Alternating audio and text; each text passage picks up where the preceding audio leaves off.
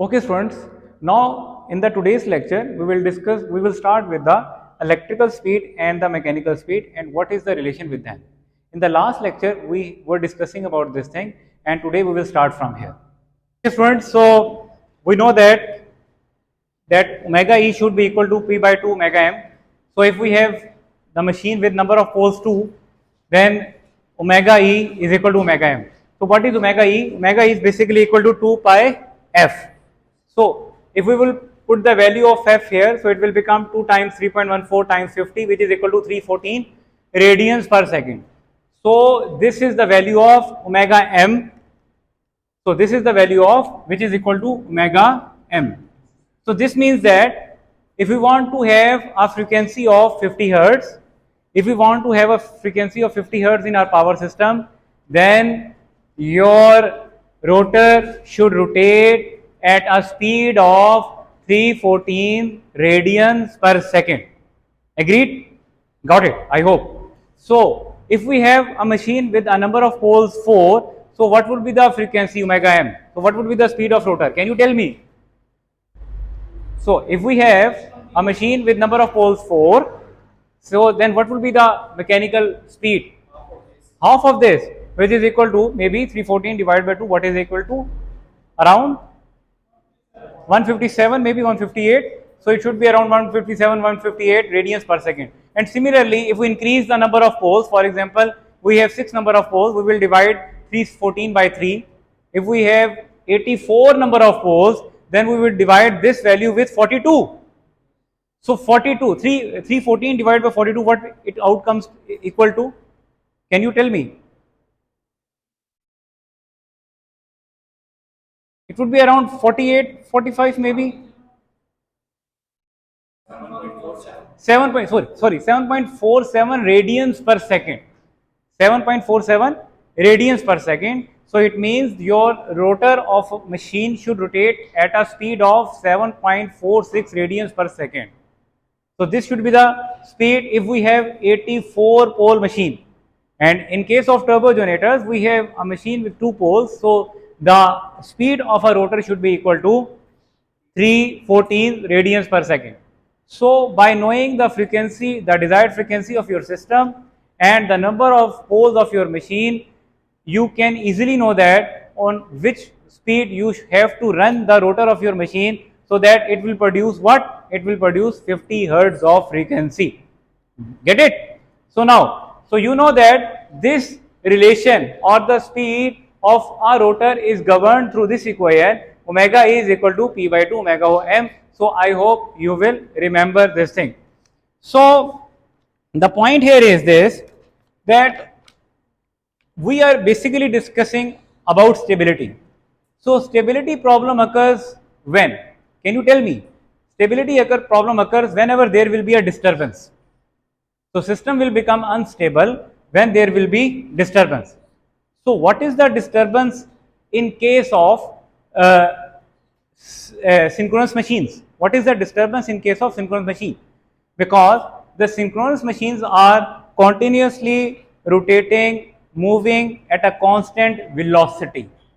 The synchronous machines are continuously rotating at a constant speed and ultimately it turns out to be a constant velocity because it is in one direction. So we usually say it is a velocity. Fine, agreed? So synchronous machines are always running when they are in synchronism, when they are stable, in a stable mode, they are always moving with a constant speed or velocity. Agreed?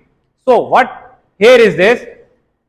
Now what is the problem here is that whenever there will be disturbance, so what will be the disturbance? So if let's take an example of a car. So we have a car, the car is going with a constant velocity on a motorway. Suddenly something comes in front of the car. So what will happen? That will be a disturbance for the car. The car will start decelerating. The driver will apply the brake and the car will start decelerating. So what will happen actually is that there was a disturbance. And what was that disturbance? That disturbance could be any animal crossing the road, that disturbance could be any tree, any stone that come along the way, the disturbance can be any brake applied by the car going in front of that driver. So that disturbance results in what? Deceleration. What happens? The change in speed. What actually happens is that change in speed. And what is change in speed? Acceleration. Change in speed is actually acceleration. If that is positive, then we say it acceleration. If that is negative, that is deceleration. So the speed can be accelerated as well. So how you can accelerate for example, you have a car going you are going on a straight road and suddenly there is a steep down. There is a steep down and I don't know about that, and your car suddenly start dropping down and it will automatically gains what? Acceleration.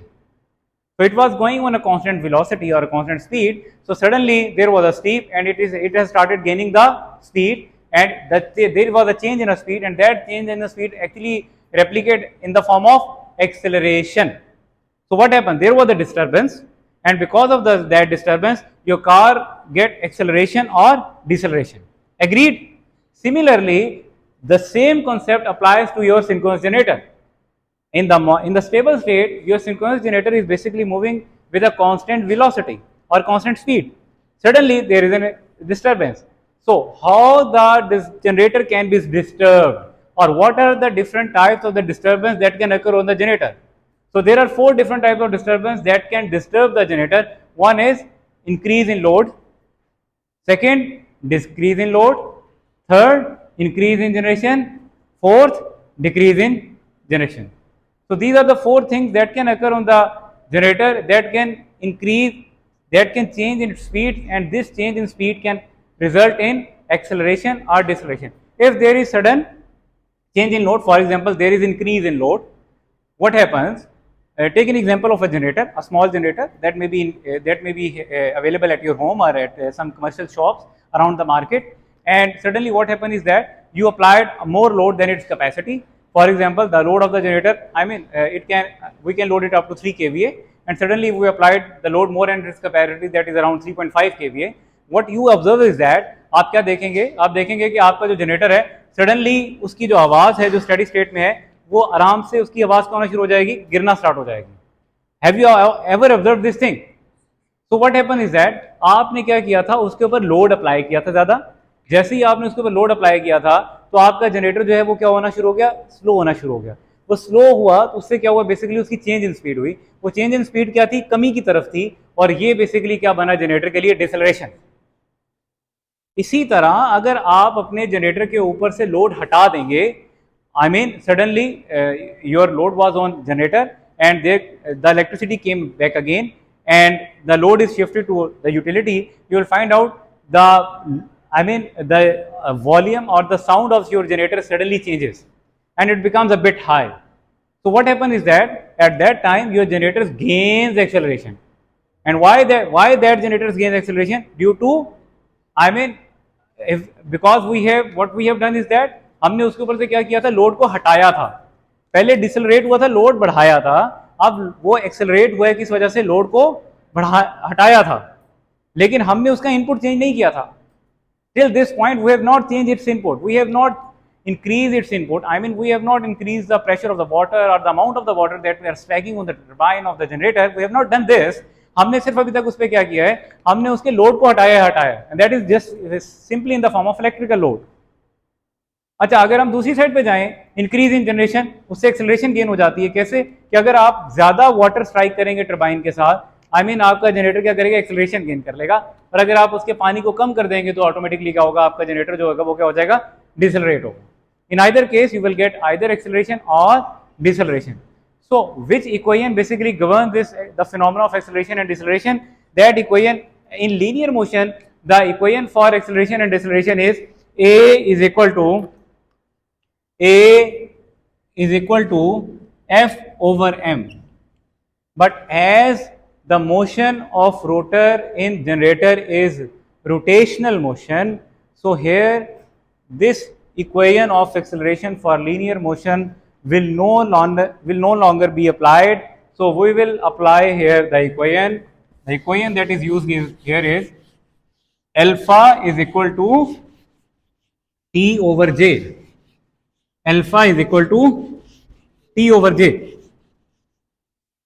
Alpha is equal to T over J, where alpha is equal to T over J, where alpha is the angular acceleration. Alpha is equal to angular acceleration and your t is equal to torque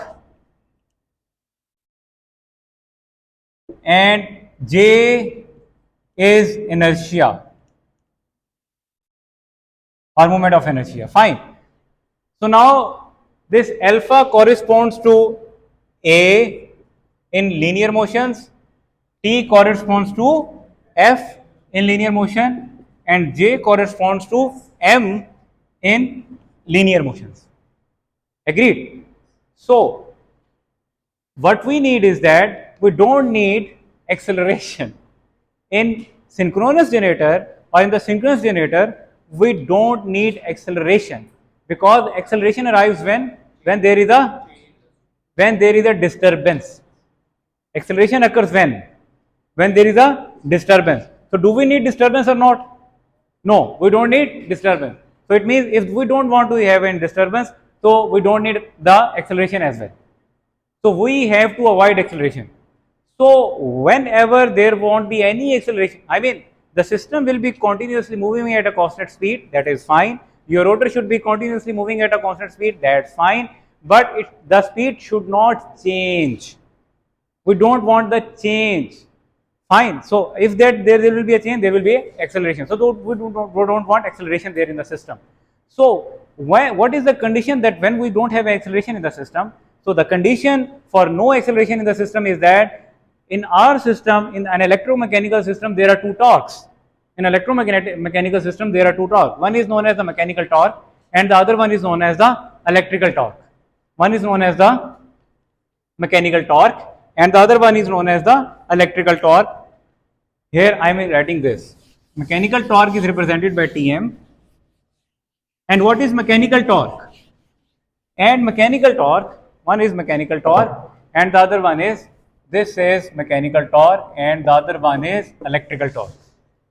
So your mechanical torque should be equal to electrical torque. If your mechanical torque, because your torque of acceleration is equal to Tm minus Te. The point till where the value of Tm and Te both are same, your acceleration torque would be 0. And whenever there is a difference between the mechanical and electrical torque, there will be your acceleration torque, which actually we don't want to have. Agreed? मेरी बात समझ आ गई आपको? हमें कौन सा torque नहीं चाहिए? एक्सेलरेशन टॉर्क हमें नहीं चाहिए. लेकिन जब भी आपके पास मैकेनिकल और इलेक्ट्रिकल टॉर्क की कोई वैल्यू आएगी तो then we have an electric. और मैकेनिकल और इलेक्ट्रिकल टॉर्क क्या है? The mechanical torque is basically the type of the amount of torque that we apply on what? On the rotor of a machine. That is basically a mechanical torque. And what is electrical torque? Electrical torque is basically the electrical load. Electrical load is basically the electrical torque. How you can perceive this load as a torque? I mean already explained this thing to you, that whenever we apply more load on the system, the machine starts decelerating. Whenever we apply less load on the system as compared to the rated load, the machine starts accelerating. So it means that this load has some torque. Basically that torque opposes which torque? Mechanical torque. So whenever both of them they are in synchronism with each other, at that up to that time the Tm and Te will remain the same and there won't be any acceleration torque. And whenever they are not equal with each other, there will be an acceleration torque. And what और acceleration torque कब होता है? Acceleration torque जब होता है जब आपके system के अंदर क्या आ जाती है? Disturbance. So up to this point, I hope this point is clear to you. So now what is actually torque? So if we can now, I mean you understand well what is torque, but how can we relate this torque to the power? How can we relate this torque to the power? We can relate this torque to the power that torque T is equal to basically torque T is equal to Pe over omega. Torque T is equal to P over omega. So जैसे ही now just look at this equation. Just look at this equation. आपकी जैसे ही Pe क्या है? Electrical power. What is Pe, students? Pe is the electrical power output. P is basically the electrical output power of your generator. So आपके generator का जब electrical power output ज्यादा होती है तो आपका इलेक्ट्रिकल टॉर्क भी ज्यादा होता है. सही है? और जब आपके जनरेटर की इलेक्ट्रिकल पावर कम होती है तो आपका इलेक्ट्रिकल टॉर्क भी कम होता है. So just make this relation in your mind as well and remember this thing. So आपके जनरेटर की इलेक्ट्रिकल पावर कब ज्यादा होती है, कब ज्यादा हुई, मैंने आपको बताया कि जब आप घर में एक जनरेटर लेकर आए और आपने उसकी रेटेड से उसके ऊपर ज्यादा पावर अप्लाई की. जैसे जैसे आप उसकी पावर को अप्लाई ज्यादा करते जा रहे हैं, उसका जैसे जैसे आप उसके ऊपर लोड बढ़ाते जा रहे हैं जनरेटर के ऊपर, जनरेटर से जो पावर है वो ज्यादा ड्रॉ कर रहे हैं. जैसे जैसे आप जनरेटर से ज्यादा पावर ड्रॉ कर रहे हैं तो जनरेटर का जो इलेक्ट्रिकल टॉर्क है वो क्या हो रहा है, ज्यादा हो रहा है. जैसे जैसे आप उसके ऊपर कम लोड अप्लाई कर रहे हैं या लोड को आहिस्ता आहिस्ता कम किए जा रहे हैं, आहिस्ता आहिस्ता उसके ऊपर क्या हो रहा है, टॉर्क जो है वो क्या हो रहा है, कम हो रहा है. So in this way electrical torque is related with the power. So जैसे ही आपके जनरेटर की आउटपुट पावर बढ़ेगी तो आपका इलेक्ट्रिकल टॉर्क बढ़ेगा, पावर कम होगी तो इलेक्ट्रिकल टॉर्क क्या हो जाएगा, कम हो जाएगा. समझ आ गई यहां तक? Now I will explain the concept here कि जब ये चेंज होता है, नाउ आई विल एक्सप्लेन कि ये जो रोटर डायनेमिक्स है ये कैसे काम कर रही होती है जनरेटर के अंदर, and what is actually going on the in the generator with the rotor and with the आपकी जो एक्सिस है रोटर एक्सिस, और उसके बाद आपकी जो सिंक्रोनसली रोटेटिंग एक्सिस के साथ क्या हो रहा होता है उस वक्त जब आपका जनरेटर सिंक्रोनाइज होता है और सिंक्रोनिज्म कैसे अचीव होती है. Now I will explain this thing to you. So first of all I will rub the board and draw a diagram here.